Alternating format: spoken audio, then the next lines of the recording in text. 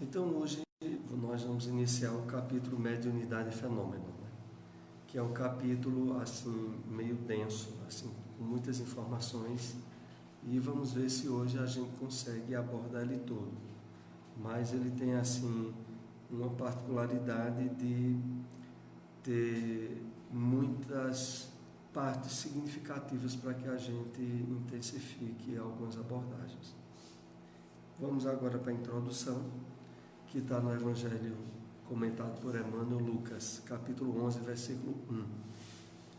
Quando Jesus aceita no discipulado, alguém no discipulado definitivo, cessam as rogativas ruidosas, acalmam-se os desejos tumultuários, o discípulo nada reclama, e o mestre, respondendo-lhe às orações, modifica-lhe a vontade todos os dias, alijando-lhe do pensamento os objetivos inferiores. Vamos fazer aqui algumas observações para dar início ao nosso tema do livro Missionários da Luz. É interessante quando Emmanuel começa dizendo o seguinte: quando Jesus aceita alguém no discipulado definitivo, que é muito diferente de alguém aceitar Jesus, porque muitas vezes, sobretudo envolvido pelas inferioridades e desequilíbrios que a própria criatura humana tem, ela aceita Jesus, desde que Jesus se adeque às suas imperfeições, e não que a pessoa se abra a ser transformada pelo Cristo. Essa é a grande diferença de alguém que diz que aceita Jesus, ou, como Emmanuel coloca, quando Jesus aceita alguém no discipulado definitivo. Aí significa que a pessoa teve não só o encontro com Jesus, mas se abriu a ser transformada por ele. Nessa situação, veja o que é que ocorre. Cessam as rogativas ruidosas. O que são as rogativas ruidosas? São todas aquelas situações que nos incomodam, que se atritam com os objetivos pessoais que nós temos para conosco mesmos, e que normalmente a gente gostaria de não passar por aquelas situações. Aqui Emmanuel diz que quando alguém é aceito por Jesus no discipulado, isso para. Isso para porque a pessoa entrou num nível de compreensão da vida e dos objetivos maiores da sua existência, aos quais ela se abre na perspectiva espiritual como sendo aquela eleita e escolhida por ela para dali em diante caminhar amparada e sob a ajuda do Evangelho do Cristo. Nesse aspecto, acabou-se reclamação. Isso aí é o que Emmanuel aqui chama de rogativas ruidosas. E ele continua dizendo: acalmam-se os desejos tumultuários. A pessoa agora, ela toda vez que se percebe envolvida em conflitos pessoais, ela se abre àquilo que a perspectiva do Evangelho projeta para ela, de tal maneira que o que ela quer é aquilo que está em harmonia com o Evangelho. E aí acabam-se os desejos tumultuários, geradores de conflitos. O discípulo nada reclama, e o mestre, respondendo-lhe às orações, modifica-lhe a vontade todos os dias. Que beleza, né? Desde que a pessoa esteja bem aberto ao processo transformador que o Evangelho nos queira trazer. Porque quando normalmente nós não estamos, nós queremos que as nossas rogativas sejam atendidas como a gente coloca. Não é como Jesus ou as leis divinas queiram determinar. Mas aqui voltamos a dizer, Emmanuel está analisando a pessoa que foi aceita como discípula do Mestre. O discípulo nada reclama, e o Mestre, respondendo-lhe às orações, modifica-lhe a vontade todos os dias, alijando-lhe do pensamento os objetivos inferiores. Porque, na verdade, de uma forma muitas vezes camuflada, sutil, nós desejamos coisas que se atritam com os objetivos das leis divinas. E muitas vezes achamos que os nossos desejos são justos, são certos. Só na medida que de fato a gente se abriu a uma sensibilização maior dos propósitos do Evangelho do Cristo, é que o desejo nosso está em harmonia com o desejo das leis divinas. E nesse sentido, a perspectiva que a Emmanuel aqui coloca, ela se torna espontaneamente vivenciada por aquele que quer seguir Jesus. Em resumo, a grande dificuldade que nós temos para nos abrir aos propósitos de renovação projetados pelo Evangelho do Cristo é ainda querermos defender objetivos e intenções pessoais, mesmo que se choquem com as leis divinas. Esse é o grande problema. E a gente só para com isso quando de fato a gente se abriu a uma mudança interior profunda em termos espirituais. Porque quando a gente se abre a essa mudança profunda, o que as leis divinas quiserem, ou que forem os propósitos do Cristo, nós iremos aceitar espontaneamente. E a nossa vontade estará submetida à vontade superior. Essa é a questão. Vamos então entrar no nosso tema mediunidade e fenômeno, que eu diria ser o capítulo que pelo título causa mais surpresa a quem vai ler. Porque não há aí aquilo que muitos poderiam esperar como um tratado de técnicas sobre mediunidade, ou um esclarecimento didático de como a pessoa pode abrir-se ao desenvolvimento da mediunidade de forma rápida e eficaz. Não é disso que o capítulo trata. Pelo contrário, é colocado de forma surpreendente os aspectos profundamente ligados à nossa transformação íntima, como sendo aqueles que abrem as portas da mediunidade. Então, não é questão de técnicas, não é questão puramente de conhecimento, mas é questão de transformação íntima. É isso que a gente vai estar analisando ao longo desse capítulo, em diversas passagens, que é colocada por Alexandre, que é o orientador da reunião mediúnica que esteve havendo no plano espiritual, com a participação de encarnados e de desencarnados.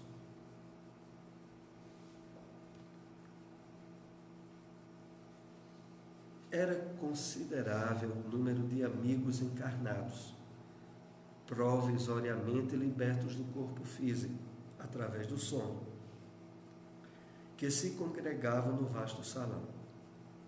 Há muitas escolas deste gênero para os encarnados, que se dispõem a aproveitar os momentos de sono físico. Eu comecei separando esse slide pelo seguinte aspecto. O primeiro deles, que eu percebo como importante e eu me incluo nesse grupo, é de termos mais discernimento e convicção da realização desses trabalhos quando nós estamos fisicamente dormindo. Porque ainda eu percebo, pelo menos em termos de contato ou relacionamento no meio espírita, que a maioria de nós espíritas não tem esse cuidado, essa preparação em relação ao que vai acontecer quando fisicamente se adormece. Porque nós somos chamados não só a nos preocuparmos com isso, mas a termos uma preparação adequada, possibilitando usufruir nessas horas de um tempo e de recursos engrandecedores do nosso crescimento espiritual.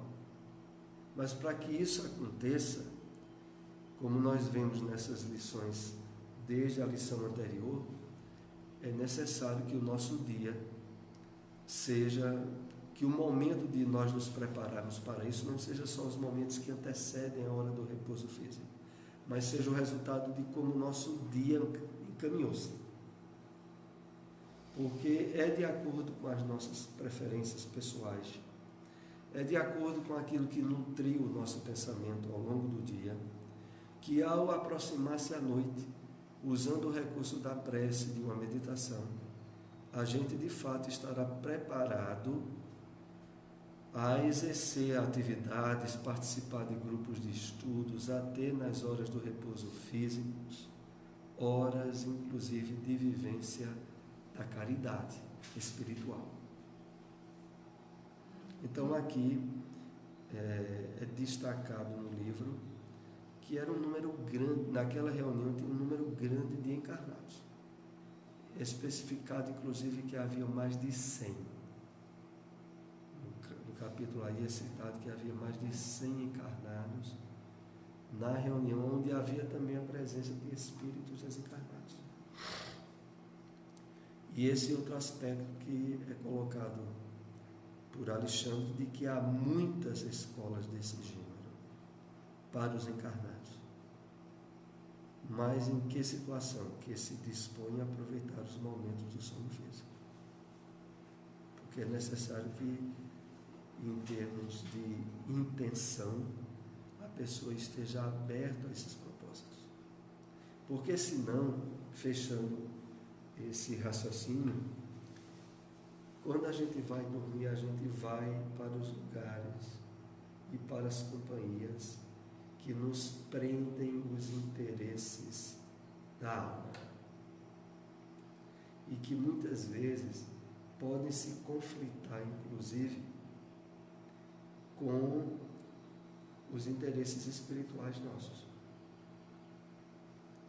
A gente viu naquele caso mesmo, analisado na semana anterior, quando o fato de Barbosa,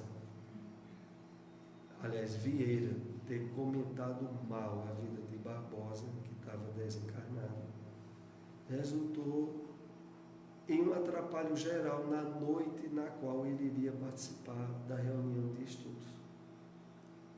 Agora, o que é que houve ali? Naquele detalhe dele ter comentado mal a vida do Vieira, ele expressou um nível de imperfeição espiritual que ele tinha, talvez até estabelecido em nível inconsciente, mas que naquele dia estourou nos comentários familiares e acabou criando para ele o campo de sintonia determinante quando foi dormir.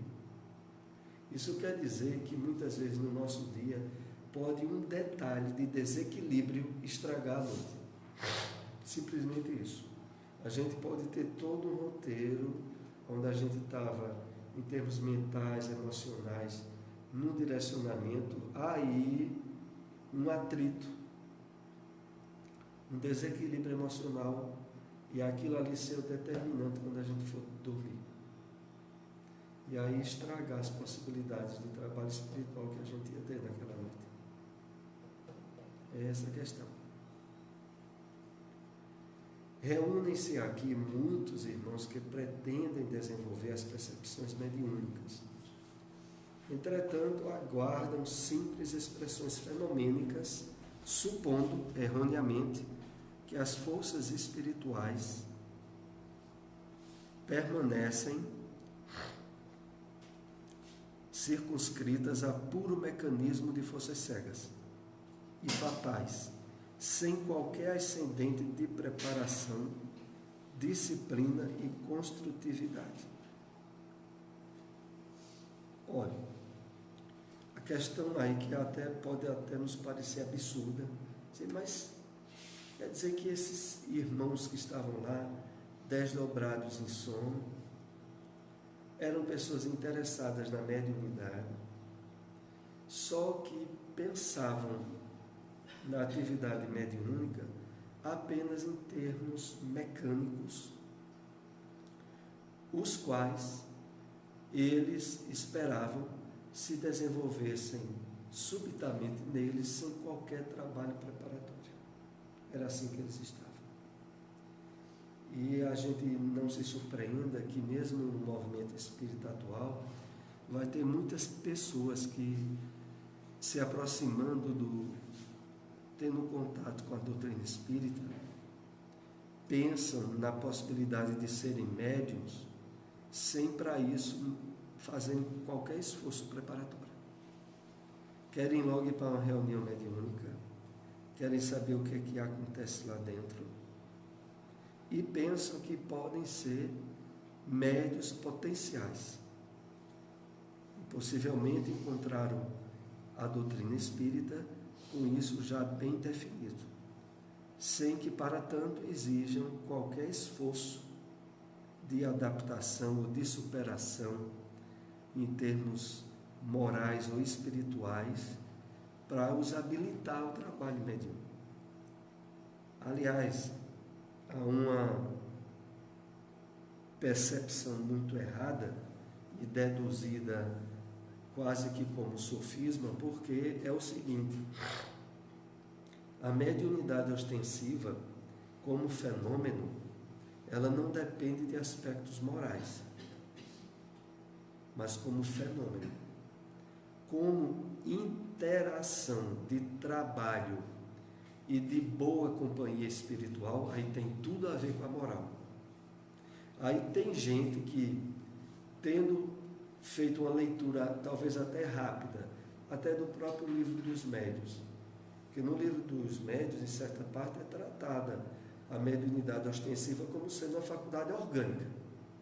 Você já nasce com ela. Você não tem que fazer nada para que ela se expresse. Exatamente. Como fenômeno.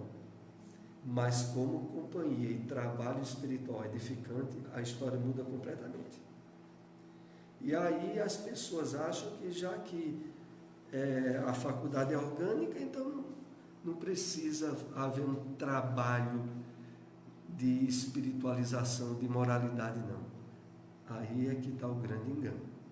Porque sem haver o trabalho de espiritualização, facilmente o médio ostensivo se torna presa de espíritos inferiores, que vão obsidiar, que vão desviar, que vão boicotar a mediunidade dele e poderão muitas vezes transformar essa mediunidade numa fonte de doença, inclusive para o próprio médium. Então, voltando aqui ao slide, Alexandre disse que ali tinha muita gente que pretendia desenvolver as percepções mediúnicas. Então era um grupo que tinha um interesse em comum, por isso eles estavam ali reunidos. Vocês vejam, se isso acontecia num grupo de pessoas, possivelmente de várias cidades ou de instituições espíritas, imaginemos as possibilidades que existem de forma muito mais intensa para os grupos mediúnicos que, tendo se estabelecido nas casas espíritas, façam um trabalho no padrão de disciplina, de elevação, de equilíbrio, e aonde a predominância no grupo seja do trabalho altruísta da caridade. É claro que um grupo desse, facilmente, muitas vezes, estará se reunindo em trabalhos espirituais à noite, em grupos de estudo como esse que Alexandre estava organizando. Porque além de haver uma afinidade até vibratória pelo trabalho realizado em grupo, eles tendo nesse trabalho uma linha de elevação e de disciplina, se candidatam espontaneamente a usufruir de um melhor aproveitamento e enriquecimento da faculdade quando o grupo vai dormir fisicamente, desde que se prepare com equilíbrio para isso.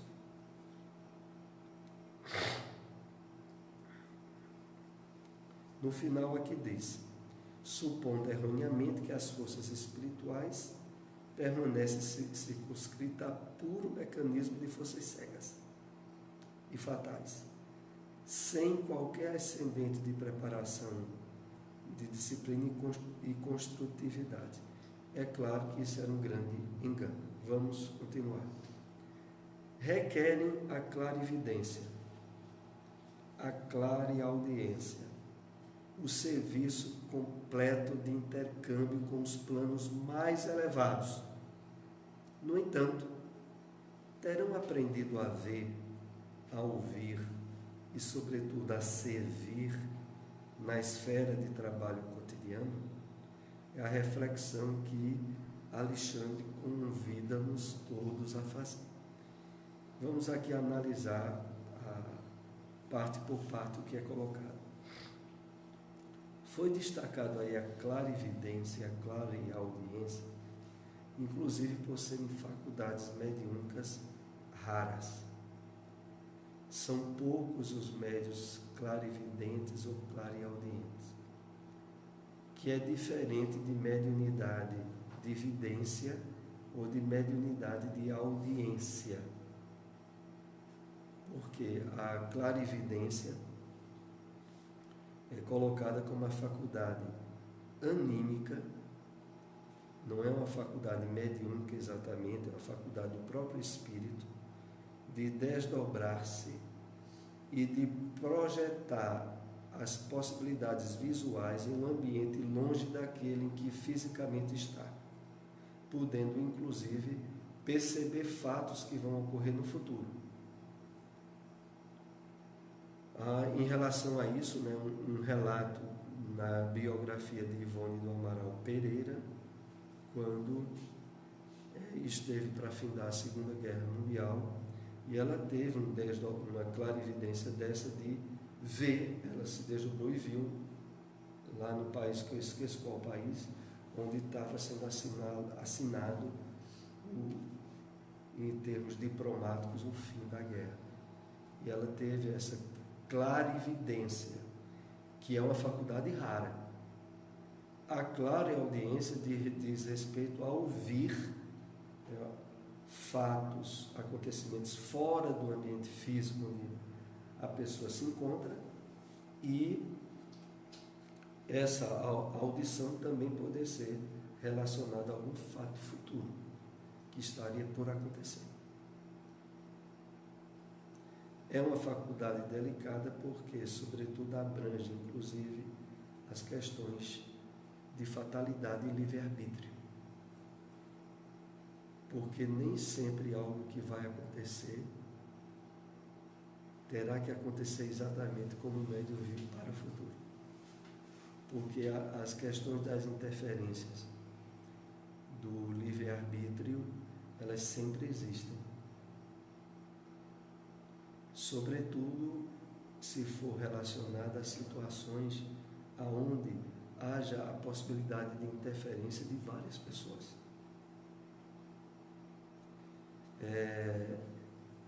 Mas aqui a questão maior que Alexandre chama a atenção é o seguinte: bom, a questão aqui é que o principal não é o desejo de ter essas faculdades. O principal é como está o nosso treinamento como espírito encarnado no uso das faculdades que estão no nosso corpo físico, como ouvir, ver, servir, sobretudo, na esfera de trabalho cotidiano. Alexandre destaca isso pelo seguinte aspecto: não poucas vezes esse tipo de orientação foi passada por Chico Xavier a pessoas que foram lá em Uberaba pedir a Chico orientação de como desenvolver a mediunidade. E a orientação foi: vá fazer caridade e praticar o bem, que é assim que você desenvolve a mediunidade. E na verdade não é nenhuma figura de retórica, literalmente é assim. Quanto mais a pessoa desenvolve afinidades na prática do bem de forma abnegada e humilde, mais os fatores espirituais nela estão em desenvolvimento e em atividade. Então, recomendar alguém que se quer desenvolver a mediunidade vá fazer campanha do quilo, vá ajudar outras pessoas, vá servir, inclusive sem esquecer a própria família, que às vezes é mais fácil servir fora de casa do que dentro de casa, né? Porque dentro de casa, não poucas vezes, a gente está convivendo com as pessoas que nos são inamistosas do passado.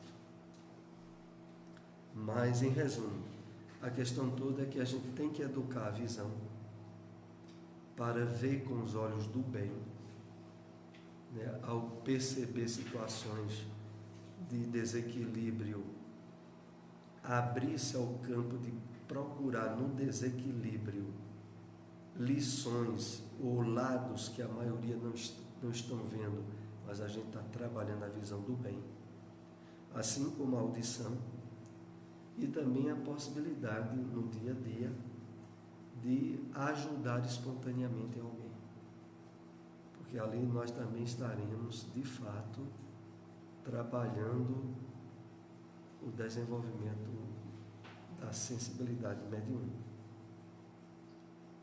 que, aliás, nos padrões, como Alexandre coloca, deve ser objetivo de todos nós, viu? Não pode haver aquela hipótese de um espírita de dizer, mas eu não quero nada com mediunidade, então isso aí não serve para mim. Engano dele, que a gente vai ver inclusive ao longo dessa lição. Primeiro, que todos nós somos médiuns. Alguns mais ostensivos, outros menos, alguns intuitivos, mas todos são médiuns. Então não existe aquilo de que esse assunto não é do meu interesse, porque eu não sou médium. Alexandre, mais adiante, chega até a dizer que nós, os desencarnados, somos médiuns. Avalie quem está encarnado. Então, para todos nós é assinalado metas e objetivos de afinizar nossa mediunidade, de abrirmos ao máximo as possibilidades de contato com o mundo espiritual, no sentido de sermos intermediários do bem, do socorro e da ajuda a nossos irmãos mais necessitados. Nesse sentido, todos devemos e somos estimulados à aptidão mediúnica mais vasta possível.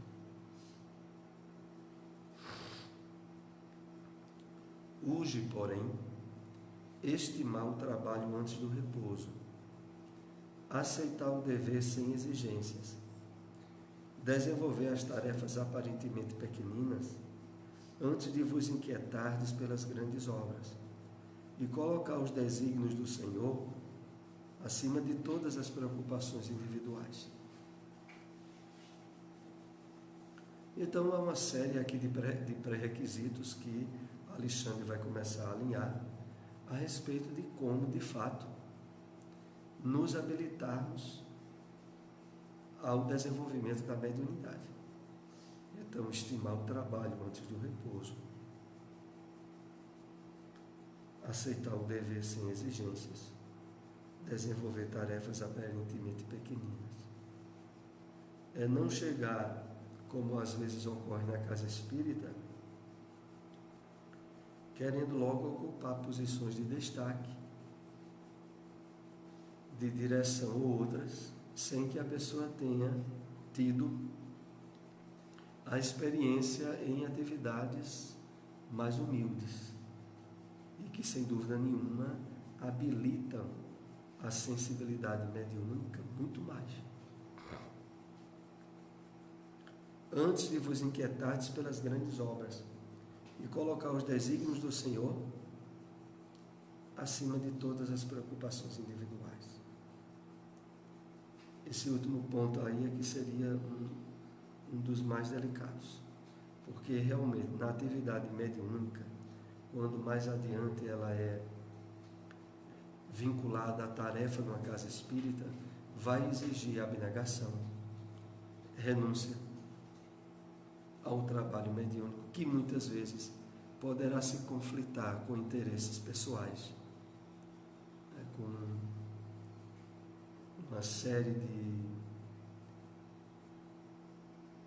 outras situações que particularmente acharíamos importante e teríamos que renunciar para ir ao trabalho mediúnico, então vai exigir, acima de todas as preocupações individuais, a qualificação no trabalho. Os companheiros que vos antecedem no plano espiritual não permanecem reunidos em aprendizagem muito diferente. Os elétrons e fótons que vos constituem a vestimenta física integram igualmente os nossos veículos de manifestação em outras características vibratórias. Vejam bem, inclusive quem já leu esse capítulo em casa, pode ter até alguma outra parte aí que ache importante e a gente pode destacar. Porque como o texto é bem vasto, apesar de não ocupar tantas páginas, mas eu notei que tem parágrafo que é a página toda. Então, tem mais de uma folha aí que é a página toda, o parágrafo. E aí tem muitas situações ali importantes de se comentar. Então, eu separei algumas, mas não haveria como não ter algumas que alguns de vocês acham mais importantes e a gente pode refletir sobre elas. Então, o que eu achei aqui que chama muita atenção é a maneira como Alexandre coloca em pés de igualdade, quer quem estivesse encarnado, quer quem estivesse desencarnado. Inclusive deixando bem destacado de que o material de composição do nosso corpo físico não difere muito do material de composição do corpo espiritual. De tal maneira que elementos constitutivos que a gente identifica como elétrons, átomos, moléculas ou fótons, existem em níveis vibratórios diferentes na composição do corpo dos espíritos desencarnados. Então não há tanta diferença em relação a isso. De tal maneira que a gente não pode achar que o desenvolvimento da mediunidade e as aptidões que aqui nós somos chamados a trabalhar quando estamos encarnados exigem um trabalho menor para os desencarnados. É por isso que o grupo lá era dos dois. Então havia pessoas desencarnadas, não se tem ideia de há quanto tempo, mas que precisavam das mesmas lições que os encarnados estavam precisando. Por isso é que estavam todos ali juntos. Isso vai nos ajudando a naturalmente trabalhar a observação e a certeza do mundo espiritual como sendo continuidade da vida física. Porque, na verdade, a vida física é uma cópia mal feita da vida espiritual. Então, a gente é muito chamado a ressignificar a maneira de observar a vida e as coisas. Por quê? É nos novos hábitos que a gente faça agora, durante a encarnação, que ajudará a esses hábitos continuarem quando nós estivermos desencarnados.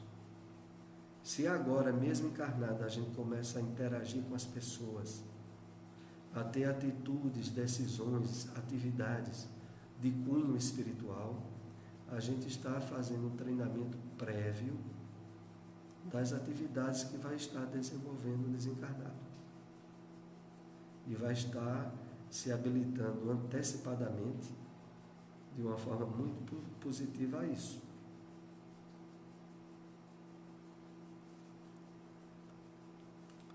O problema da glória mediúnica não consiste em ser instrumento de determinadas inteligências, mas em ser instrumento fiel da divindade, para que a alma encarnada efetue semelhante conquista, é indispensável desenvolva os seus próprios princípios divinos. Então, o problema da glória mediúnica não consiste em ser instrumento de determinadas inteligências, mas de ser instrumento fiel da divindade. A questão toda é essa, é que para que de fato a gente alcance esse propósito de ser instrumento fiel da divindade, é imprescindível que todo um trabalho de harmonia mental, emocional, espiritual, física em nós esteja em pleno andamento. Não que a gente vá ser santo para exercer a mediunidade, mas o fato de que toda a área de interesse, de crescimento, de melhoria, né, de evolução, de harmonia mental, emocional, espiritual, a gente esteja envolvido e determinado no aprimoramento. Porque só desse modo é que ocorre o quê? Nós abrimos as possibilidades de ser instrumentos fidedignos da divindade ou da espiritualidade benfeitora. E por que é que fora desse aspecto isso não acontece?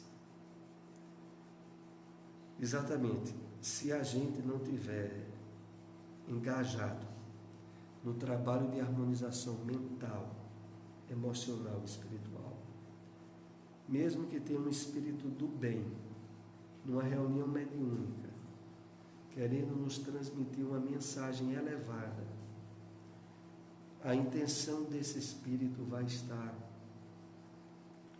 enodada, alterada pelos conteúdos psíquicos de conflitos que a gente tenha. É por isso que quanto mais a gente estiver harmonizado espiritual, mentalmente, mais no trabalho mediúnico para os espíritos do bem, a gente estará sendo fiel ao que eles queiram dizer ou falar. Imaginemos o desastre, entre aspas, que ocorre quando um médium mantém toda uma vida pessoal desequilibrada ou conflitiva com os propósitos cristãos e na reunião mediúnica um espírito benfeitor vai transmitir uma mensagem através dele. Primeiro, o espírito teria ou terá inúmeras dificuldades devido a todo um campo vibratório de choques que o próprio médium já tem com ele mesmo. Avalie quando aquela energia de fora vai interferir para transmitir uma mensagem. Comparam muito essa situação com um lago que é agitado. Quando o lago as águas de um lago são águas límpidas e estão calmas, a gente pode ver ali como se fosse um espelho. Olhar para o lago e ver refletido a nossa fisionomia. Mas se o lago estiver agitado, a gente só consegue ver imagem distorcida. É como acontece no fenômeno mediúnico, os desequilíbrios ou desarmonias que o médium tem. E aí o espírito vai transmitir, a mensagem sai toda fracionada ou desarrumada, porque o espírito tem a ideia, sabe exatamente o que vai dizer, mas quando se aproxima do médium, o médium está bagunçado, espiritualmente falando. Se vos dispondes ao serviço divino, não há outro caminho, senão ele, se refere a Jesus, que detém a infinita luz da verdade e a fonte inesgotável da vida. Não existe outra porta para a mediunidade celeste, para o acesso ao equilíbrio divino que anelais. Então aí fica assim realçado e destacado que o principal trabalho para que a gente se habilite no desenvolvimento da mediunidade é estarmos moldados aos ensinos do Evangelho do Cristo. E isso se dá, pelo menos a mãos cheias, na doutrina espírita. Porque quando a gente fala do Evangelho do Cristo, não é apenas o Evangelho segundo o Espiritismo. Por exemplo, essas obras que nós estamos estudando de André Luiz, elas desdobram os aspectos contidos no ensinamento do Evangelho segundo o Espiritismo. Na medida em que a gente vai renovando o pensamento, mudando a nossa maneira de entender a vida, percebendo as interferências espirituais no dia a dia nosso e dos outros, à medida em que isso vai semeando uma renovação interior em nós, os fatores mediúnicos estarão em desenvolvimento, espontaneamente. As aptidões estarão sendo acionadas. Se não tivermos nenhuma atividade particular em termos de mediunidade ostensiva, a nossa intuição e a nossa inspiração vai estar muito mais aprimorada. A gente vai perceber mais nas entrelinhas uma sugestão de um espírito protetor nosso, de um anjo da guarda. Porque a gente estará, em termos de percepção, muito mais atentos às vibrações do alto. Face o conteúdo do Evangelho que a gente estará aprofundando e trabalhando dentro de nós. É esse o aspecto. Por isso, Alexandre coloca, não existe outra porta para a mediunidade celeste, mediunidade elevada, para o acesso ao equilíbrio divino que anelais, que desejas. Não há outra porta a não ser Jesus. Somente através dele, vivendo-lhe as sublimes lições, alcançareis a sagrada liberdade de entrar nos domínios da espiritualidade e dele sair, conquistando o pão eterno que vos saciará a fome para sempre. Sem o Cristo, a mediunidade é simples meio de comunicação e nada mais. Então, um aspecto que se destaca aqui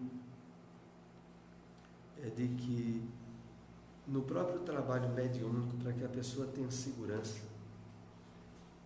em se tornar intermediária, às vezes até de espíritos doentes, necessitados, e o médium se sinta seguro no trabalho, é imprescindível o quê? O contato que esse médium tem com o Evangelho do Cristo. Os valores de renovação íntima que o médium esteja levando a sério. É isso que facultará a segurança no trabalho mediúnico. Longe disso, o médium se torna não só presa, entre aspas, de espíritos inferiores, como na própria atividade mediúnica, ele muitas vezes se torna objeto de cuidados e de destinação exclusivista de um socorro, de uma ajuda, porque ele não trabalhou com ele mesmo os fatores de ligação com o Evangelho do Cristo. O que faria, por exemplo, Você tem razão. Fenômeno mediúnico. Eu vou até afastá-lo, para não haver outros. Essa foi boa.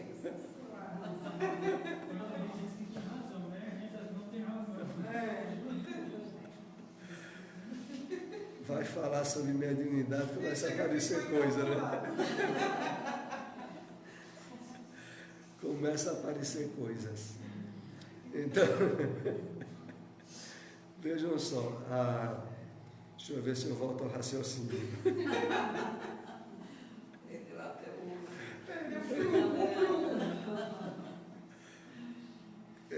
Alcançareis a sagrada liberdade de entrar nos domínios da espiritualidade e dele sair. É isso exatamente que a gente se refere. é de que se o médium estiver levando a sério a renovação interior dele, ele não tem receios na prática mediúnica, porque ele sabe que estará sendo bem assistido. E ele vai entrar e sair no fenômeno com segurança, sem receios do que vai acontecer, conquistando o pão eterno que vos saciará a fome para sempre. Esse é um ponto aqui que é muito interessante, porque o próprio Evangelho, quando Cristo colocou, se referindo à missão dele, eu sou o pão que desce do céu, aquele que comer do pão que eu lhe der jamais terá fome, ou aquele que beber da água que eu lhe der jamais terá sede. Jesus se referia, é claro, à profundidade do alimento espiritual que ele iria dar, e aquele que se propusesse absorver teria. Porque, em verdade, a grande problemática nossa, maior de todas, é a solução do lado espiritual nosso. Normalmente, ao longo da nossa caminhada evolutiva, a gente se envolve com coisas, objetos, situações, pessoas, acha que aquilo é mais importante na vida. E, normalmente, à medida que a gente vai se espiritualizando, a gente vê que a questão mais importante é a gente auto-encontrar-se, se perceber como espírito imortal, ter ideia exata dos objetivos da vida. É isso que, de fato, como aqui é colocado, para aqueles que trabalham a mediunidade no sentido elevado da proposta do Evangelho do Cristo, ele saciar a sua fome em termos existenciais. E daí em diante, as coisas, facilidades ou não do mundo material se tornam acessórias. Não é por outro motivo que em uma das cartas Paulo de Tarso dizia, sei viver na fraqueza ou na escassez, sei viver também na facilidade ou quando as coisas estão bem. E não deixarei me levar nem por um nem pelo outro. Veja que situação. É saber viver bem, quer esteja as coisas indo bem ou não, e não se prendendo a nenhuma delas, vendo em todas elas o lado transitório das experiências humanas. É esse o sentido. E terminando aqui diz, sem o Cristo, a mediunidade é simplesmente comunicação, nada mais. Não vai ter nenhum valor, porque, fazendo aqui um exemplo bem rasteiro, o desenvolvimento científico e tecnológico levou à criação do celular. O celular, alguém se comunica com alguém em outro país no mesmo instante. Mas vejam, não poucas vezes para fomentar um crime, para prejudicar alguém. Não deixa, em termos, diríamos entre aspas, mediúnicos, a alta tecnologia que levam de nós a se comunicar com alguém no outro país, instantaneamente, ser como uma ponte mediúnica. Agora que se não tiver alicerçado no bem, ou no Evangelho do Cristo, muitas vezes fomenta desgraça, guerras e problemas outros, pertinentes à natureza inferior do homem. Continuando. Sem qualquer preparação, intentais a travessia das fronteiras vibratórias, invocando as potências celestes de qualquer natureza para o adestramento de forças psíquicas, qual homem leviano que exigisse orientadores em plena multidão?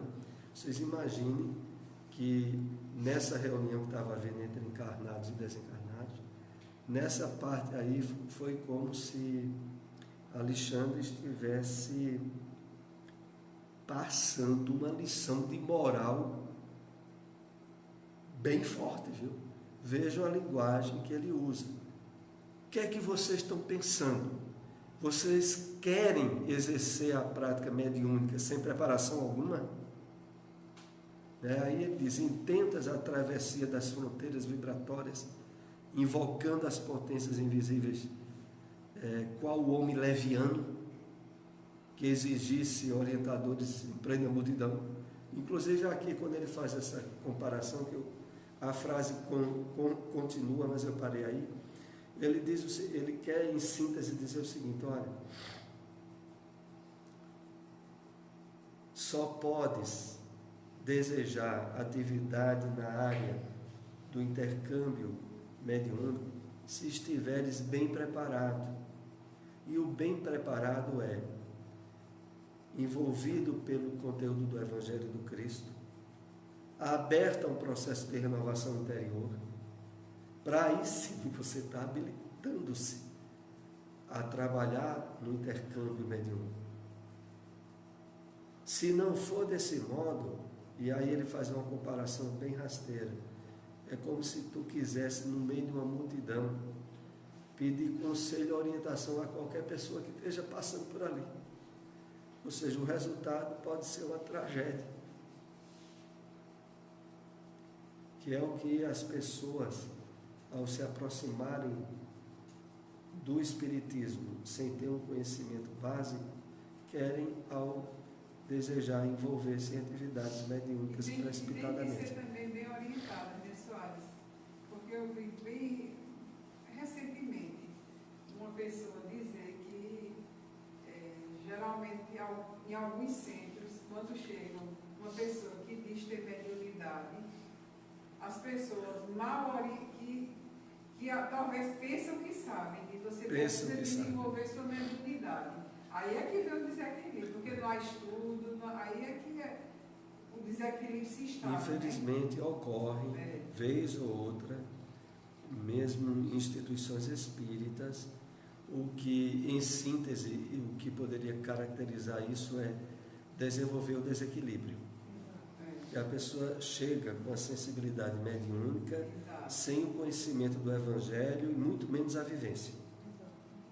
E aí vai se propor ou vai ser incentivada a trabalhar essas faculdades imediatamente. O resultado, na maioria das vezes, é desastroso, inclusive abrindo portas a processos obsessivos mais intensos. Porque não ter havido uma certa limpeza psíquica que é feita pelo Evangelho. A pessoa entra para o trabalho mediúnico e facilmente ela vai estar se associando a espíritos que já a obsidiavam. E também uma coisa que a gente tem que estar muito de alerta, nós que já contamos a casa espírita, quando nós estudamos, é não entrar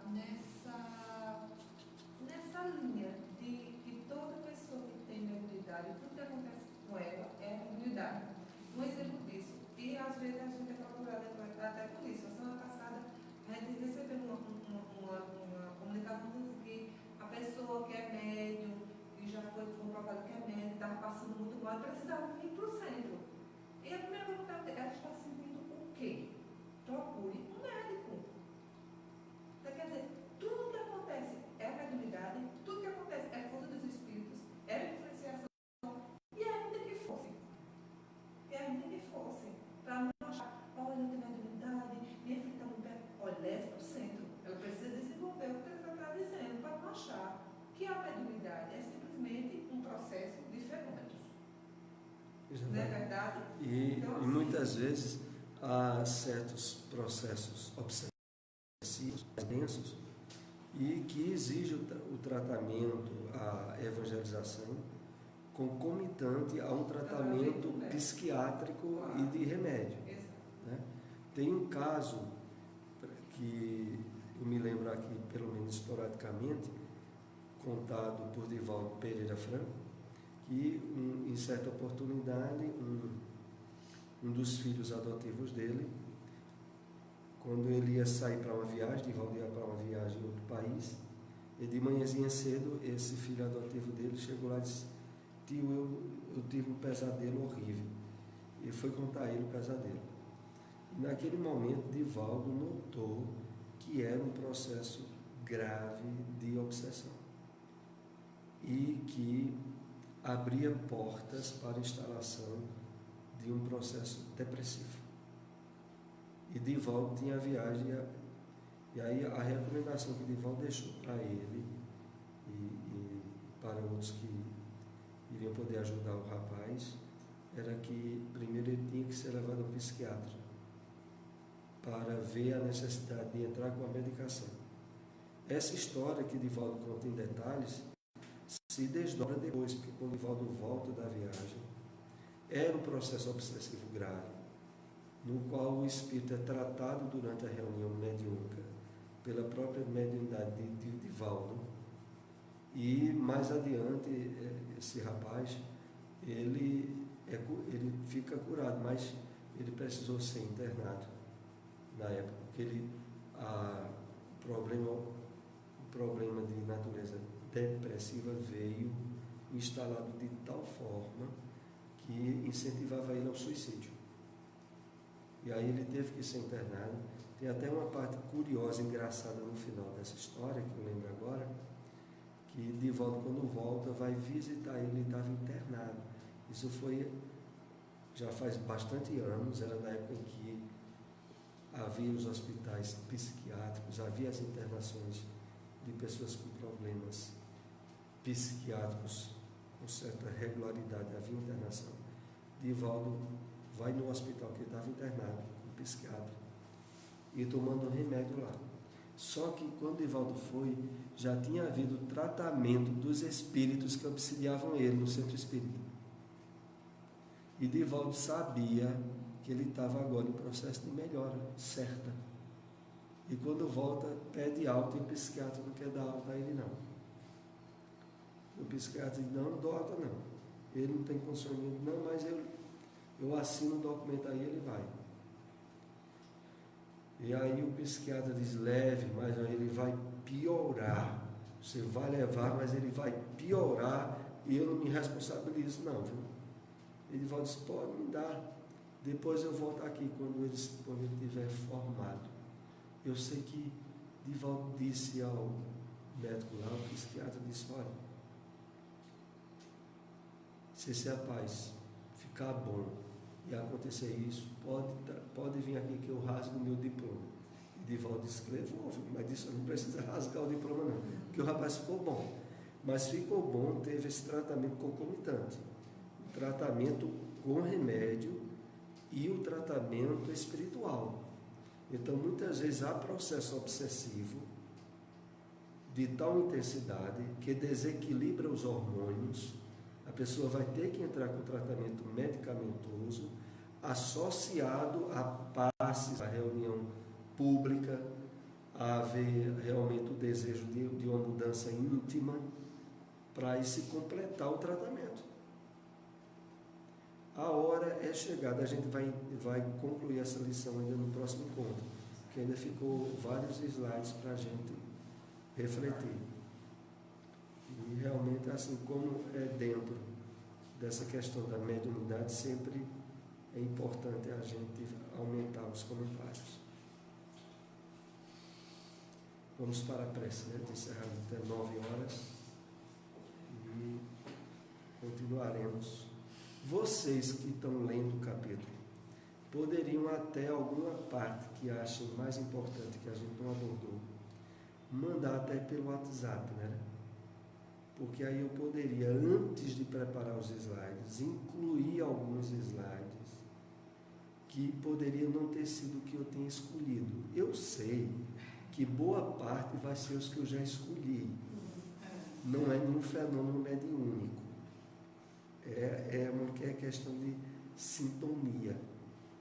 Mas vai haver um outro aspecto que eu poderia acrescentar e quando eu vim já ter aquele slide apontado com aquela, né, com aquele trechozinho que chamou mais atenção. Tem umas partes assim que eu vejo que faltou, mas quando você fala... Abrange diretamente. Eu notei nesse capítulo, pelo menos, para vocês terem uma ideia, eu notei nesse capítulo, 2 vezes ocorreu de eu ter, exemplo, 2 slides, que quando eu fui separar, eu notei que a abordagem de um incluía o outro. E aí eu eliminei o outro. Porque aí iria só reforçar algo que eu já teria dito. E aí eu tive muitas vezes que sintetizar para não estender tantos slides, porque senão abriria um. Já são tão esclarecidos. Às vezes ele nem coloca no slide, quando ele começa a explicar, Ele já puxa outras coisas, né? Então vamos para a prece, né?